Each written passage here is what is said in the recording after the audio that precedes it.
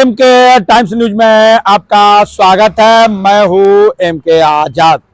आज हम बात करेंगे कि बिहार की राजनीति में ईडी का जो एंट्री हुआ और खासकर एनडीए गठबंधन के एक खास घटक दल चिराग पासवान की पार्टी के एक खास आदमी के यहाँ जिस तरह से छापे पड़े, आज हम उसी को टटोलने की कोशिश करते हैं और समझने की कोशिश करते हैं कि किस तरह के इशारे इस ईडी ने हम लोगों को दे दी, यानी ईडी के छापे किस ओर इशारा करता है।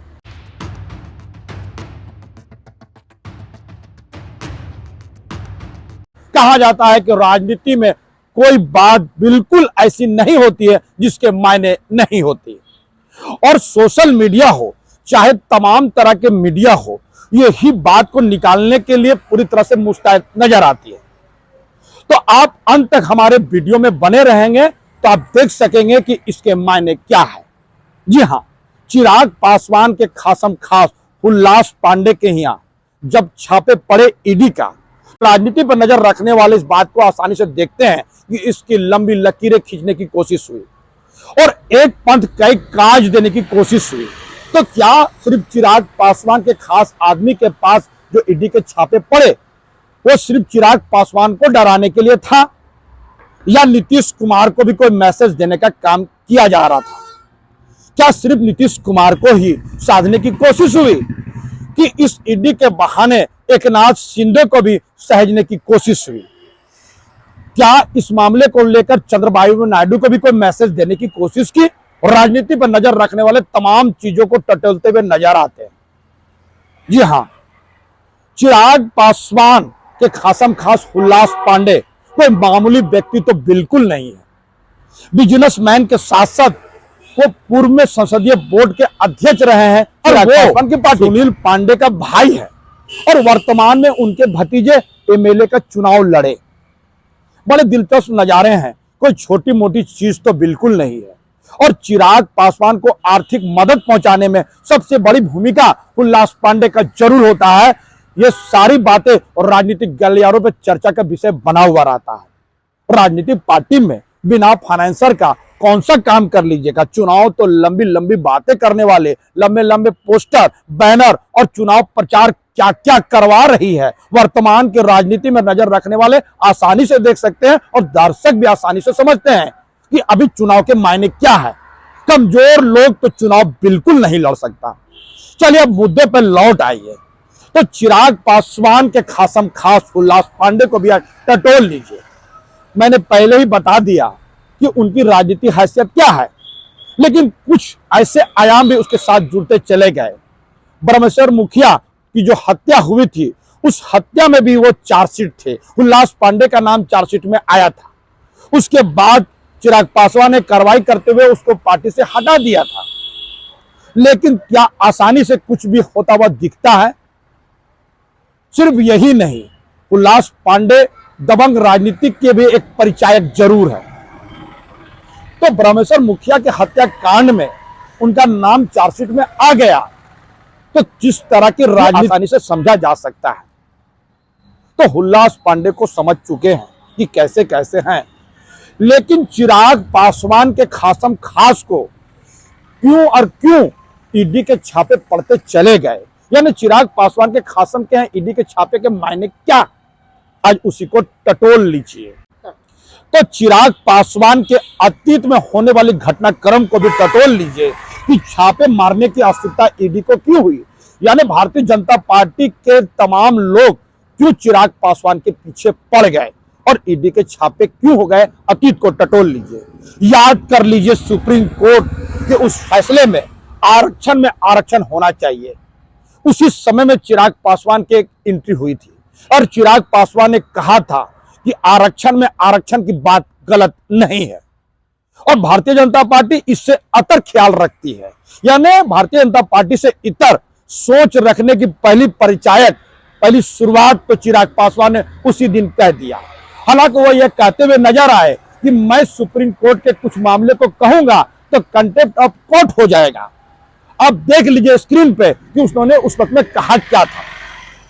तो चलिए, तो पहली घटना बिल्कुल नहीं है और आप सिलसिलेवार ढंग से समझते चले जाइए। 25 अगस्त को ले लीजिए, झारखंड में अपने पूरे केंद्रीय कार्यकारिणी की बैठक बुलाए थे और उस बैठक में उन्होंने झारखंड में 40 सीट पर चुनाव लड़ने का ऐलान कर दिया। यानी खुला खुला challenge Bharatiya Janata party NDA को करते हुए नजर आए। तो चिराग पासवान के झारखंड में क्या अस्तित्व है, ये तो समझा जा सकता है। तो क्या चिराग पासवान को मालूम नहीं कि 40 सीट पे उनको लड़ने के लिए उम्मीदवार नहीं मिलेंगे? लेकिन कार्यकारिणी, केंद्रीय कार्यकारिणी के बैठक में 40 सीट पर चुनाव लड़ने की बात क्यों की? दिल्ली की राजनीति भवें कस जरूर गई। अमित भाई शाह इसको लेकर असहज जरूर हो गए। तो समझते चले जाइए। कहा जाता है कि अमित भाई शाह की नजर हर शख्सियत पर जरूर रहती है। अमित भाई शाह की नजर हर बड़े शख्सियत पर नजर रखती है, चाहे वो एनडीए के गठबंधन के घटक दल ही क्यों ना हो, चाहे इंडिया गठबंधन के दल के ही क्यों नहीं हो। तो तमाम लोगों, चाहे इंडिया हो चाहे एनडीए हो, तमाम गठबंधन दलों के लोगों पर उनकी नजर हमेशा बनी रहती है। तो वो चिराग पासवान पे अपनी नजर क्यों नहीं रखेगा? उसके बाद दिल्ली दरबार जो है वो सजग हो गई, अलर्ट हो गई और चिराग पासवान को लेसन सिखाने की उसी दिन ही चैप्टर लग गया था, उसी दिन शुरुआत हो गई थी। उसके एक दिन बाद यानी 27 अगस्त को दिल्ली से उनके चाचा पशुपति पारस के यहाँ एक फोन आया। दिल्ली से अमित भाई शाह का फोन आया, उनको दिल्ली बुलाया गया और दिल्ली में करीब आधे घंटे की बात दोनों में बड़ी देर तक हुई। यानी दोनों के बीच करीब आधे घंटे की बातचीत हुई। बातचीत होने के बाद पशुपति पारस जब बाहर निकले तो उन्होंने मीडिया के सामने कोई बात तो बिल्कुल नहीं बताया, लेकिन ऑफ द रिकॉर्ड उन्होंने कहा कि चुनाव लड़ा जाएगा, मैं भी एनडीए गठबंधन के घटक दलों में शामिल हूं और लोकसभा चुनाव में जो गलती भारतीय जनता पार्टी ने मेरे साथ कर दी शायद विधानसभा में नहीं करेंगे, सब कुछ होता हुआ दिखेगा। तो उसी दिन मैसेज तो चिराग पासवान को चला गया था कि यदि चिराग पासवान दिस और डैट की राजनीति करने लगेंगे तो उनके चाचा पशुपति पारस को फिर एक बार एक्टिव कर दिया जाएगा। लेकिन चिराग पासवान इस बातों से नहीं संभले, नहीं चेते और ठीक 28 अगस्त को दिल्ली में जम्मू कश्मीर के चुनाव लड़ने को लेकर एक बड़ी बैठक बुला ली। लगातार प्रहार पर प्रहार और भारतीय जनता पार्टी को अपने ट्रैप में रखने का, यानी भारतीय जनता पार्टी को उसकी राजनीतिक हैसियत बताने के लिए चिराग पासवान लगातार कोई न कोई काम करते हुए नजर आए। ऐसी बातें राजनीति पर नजर रखने वाले आसानी से बोलते हुए नजर आते हैं। तो समझते चले जाइए किन किन मुद्दों को छोड़ते हुए चलिएगा और अंत तक वीडियो में बने रहिएगा। उसके बाद आता है लेटरल एंट्री के मामले को लेकर। लेटरल एंट्री में जिस तरह से चिराग पासवान का बयान आया था, आज उसको भी टटोल लीजिए। वो कहते हैं कि केंद्रीय सचिवालय में जो विशेष पदों पर नियुक्ति होती है, उस नियुक्ति में सिर्फ जनरल कैटेगरी के ही लोगों को क्यों रखा जाता है। इसको लेकर भी भारतीय जनता पार्टी असहज जरूर हो गई थी, खासकर अमित भाई शाह। और बताया जाता है कि प्रधानमंत्री नरेंद्र मोदी जी इस मामले को लेकर नाराजगी व्यक्त कर चुके हैं और उन्होंने कहा कि लेटरल एंट्री में आरक्षण होनी चाहिए, क्योंकि प्राइवेट सेक्टर में प्राइवेट सेक्टर में आरक्षण नहीं है, इसीलिए लेटरल एंट्री में भी आरक्षण की वकालत चिराग पासवान करते हुए नजर आए। तो समझते चले जाइए कि किन किन मुद्दों को लेकर भारतीय जनता पार्टी असहज हो गई और ईडी के छापे पड़ते चले गए। अब अंत तक देखते रहिए, आपको मैं बताता हूं चलूंगा कि सिर्फ यही नहीं और भी आगे बढ़ते चले जाइए चिराग पासवान ने आगे क्या किया।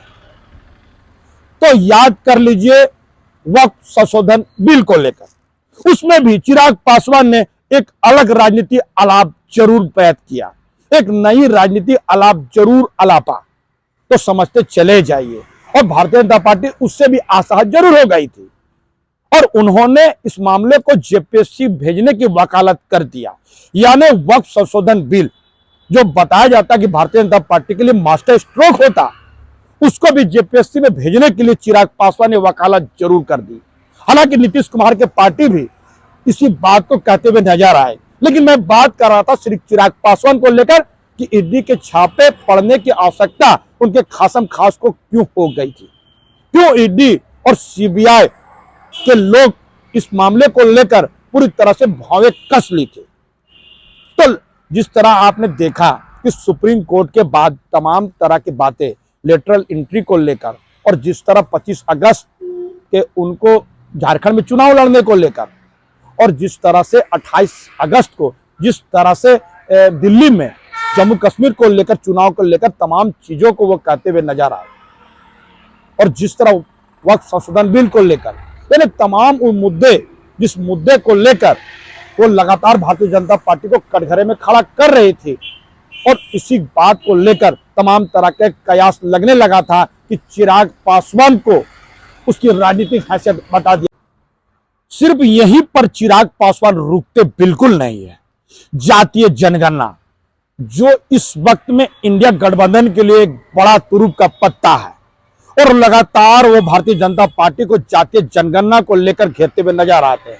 चाहे राहुल गांधी का बयानबाजी को ले लीजिए, चाहे आप तेजस्वी यादव को लीजिए, अखिलेश यादव को लीजिए, और तमाम इंडिया गठबंधन के घटक दल लगातार जातीय जनगणना की वकालत करते हुए नजर आते हैं। और इसी के सुर में सुर जब चिराग पासवान लगाते हुए नजर आए, यानी जातीय जनगणना की वकालत भी चिराग पासवान ने जरूर कर दी। वो ये कहते हुए हैं, वो कहते हुए नजर आते हैं कि मैं भी जातीय जनगणना का वकालत करता हूं। निश्चित तौर पर केंद्र सरकार की योजनाएं और राज्य सरकार की योजनाएं, ये तमाम योजनाओं में जातीय जनगणना होने के बाद पता चलेगा कि कितनी संख्या भारी है। उसके हिसाब से योजनाएं तैयार करने में केंद्र सरकार और राज्य सरकार को मदद आएगा। कुल मिला के कहा जा सकता है कि जातीय जनगणना को लेकर भी वो इंडिया गठबंधन के पक्ष में होते हुए नजर आए, और यही 4-5 मुद्दे थे जिस मुद्दे को लेकर भारतीय जनता पार्टी से अलग राय वो बनाते हुए नजर आए। तो अमित भाई साहब चुप कैसे रहते और क्यों ईडी की एंट्री नहीं होती? लेकिन मैंने आपको पहले ही बताया था, मैंने शुरुआत के ही दौर में बताया था कि ये मैसेज सिर्फ और सिर्फ चिराग पासवान के लिए बिल्कुल नहीं है। चिराग पासवान को तो उसकी राजनीतिक हैसियत बताने की कोशिश तो हुई, लेकिन जिस तरह से बिहार की राजनीति में नीतीश कुमार उथल पुथल करते हुए नजर आते हैं, उनकी बयानबाजी और उनके चुप्पी के इशारे, और किसी न किसी तरह दिल्ली मोहन सिंह के परिवार वालों से भेंट करने के मुद्दे हो, तमाम मुद्दे में जिस तरह से भारतीय जनता पार्टी को असहज करते हुए नजर आ रहे हैं, एक मैसेज नीतीश कुमार के लिए भी है, एकनाथ शिंदे के लिए इसलिए भी है कि याद कीजिए एकनाथ शिंदे ने भी किस तरह से ड्रामा किया था, और किस तरह से उन्होंने अपने लोगों को ज्यादा से ज्यादा मंत्री बनाने के लिए और अपने लिए गृह मंत्रालय और वित्त मंत्रालय की मांग करके भारतीय जनता पार्टी को असहज कर दिया था। वो अपने गांव चले गए थे जहां नेटवर्क नहीं लगता, और कहा जा सकता है कि वो भारतीय जनता पार्टी को सबक सिखाना चाहते थे। लेकिन क्या इतना आसान है कि छोटी छोटी पार्टियां, भारतीय जनता पार्टी जो विश्व की सबसे बड़ी पार्टी का दावा करती है, ऐसे लोगों को सहेज रखेगी या उसको असमंजस में डाल देगी? इतनी आसानी तो बिल्कुल नहीं है। तो कहा जाता है चंद्रबाबू नायडू के लिए भी है, और तमाम वो गठबंधन दलों के लिए है जो एनडीए में रह तो जरूर रहे हैं, लेकिन भारतीय जनता पार्टी से इतर उनकी सोच है, उनकी बोल है। क्योंकि लगातार जिस तरह लोकसभा चुनाव के बाद जो रिजल्ट बता रहे हैं, जिस तरह से भारतीय जनता पार्टी के तमाम मुद्दे जिस तरह लोकसभा में पास होने के बजाय जिस तरह से जेपीसी में भेजे जाने लगे हैं, से सबको लेके चलने की कोशिश की जा रही है, उसमें तमाम तरह के डेंट लगाने की कोशिश एनडीए गठबंधन की तरफ से भी लगातार होते हुए नजर आ रहे हैं। अलबत्ता वो कभी कदार नजर आते हैं, और दिल्ली में जो राजनीति करने वाले भारतीय जनता पार्टी के जो दिग्गज है, वो इन लोगों पे कड़ी नजर जरूर रख रहे हैं। तो हमारा ये छोटा सा विश्लेषण आपको कैसा लगा, अपने कमेंट्स में जरूर कमेंट करें, और जिन्होंने अभी तक हमारे न्यूज को सब्सक्राइब नहीं किया उसे विनम्र निवेदन की सब्सक्राइब जरूर कर दे। जोहार।